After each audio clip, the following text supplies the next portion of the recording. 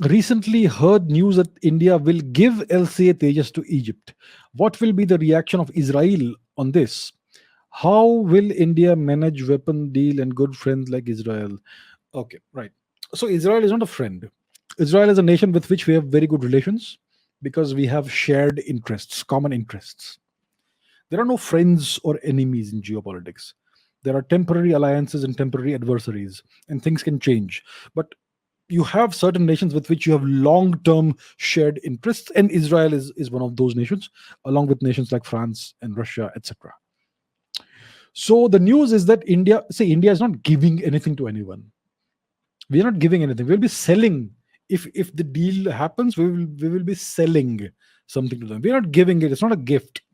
So there are two nations that are interested as of today in the LCA Tejas. One is Malaysia. The Malaysians, I don't know how many jet aircraft they need, maybe 20 or so, roughly. If I, correct me if I'm wrong. So they need this aircraft, and they have. I think the LCA Tejas may be the front runner that they are considering. So most likely they will go with the LCA Tejas.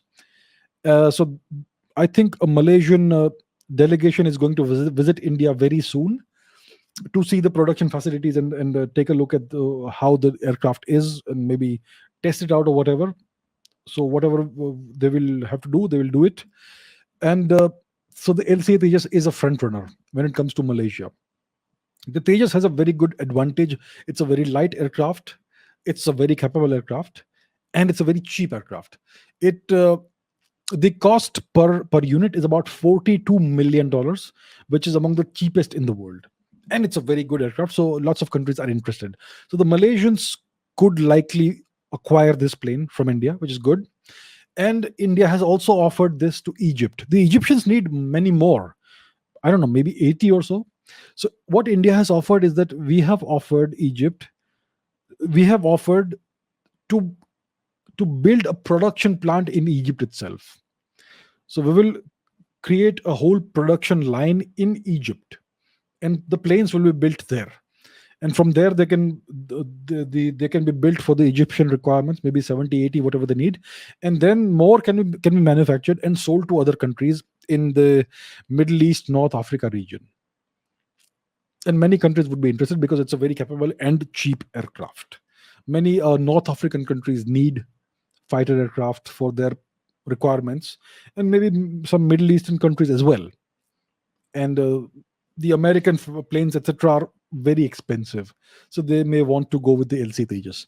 So India is offering to build an entire production plant in Egypt, and India, I believe, is also offering a variety of helicopters to Egypt. So we have the light combat helicopter, which is a very capable helicopter. It's it can fly at very high altitudes in Siachen, etc. It can also fly in extremely hot environments like in the Thar Desert in Rajasthan. So it's a brilliant, very good helicopter, and we are offering that to Egypt along with the advanced light helicopter and some other aerial platforms. So that's what is happening right now, and let's see how that goes forward. Uh, what about Israel? Well, Israel will not be happy with this only if this deal threatens Israel's national interest. And that is not the case. Israel has had a very good relationship with Egypt for the past several decades.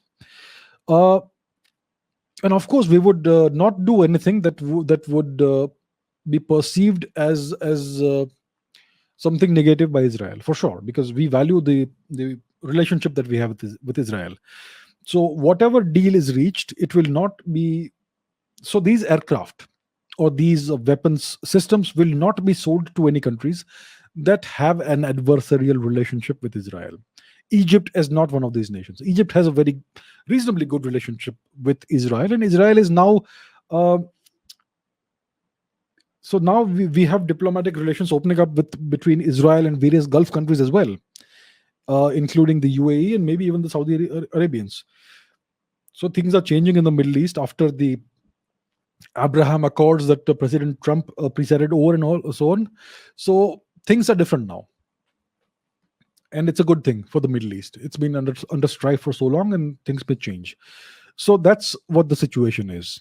The Malaysians could likely acquire the LCA Tejas, maybe 20 or so, and the if the Egyptians take the deal, then they could set up their own production facility over there.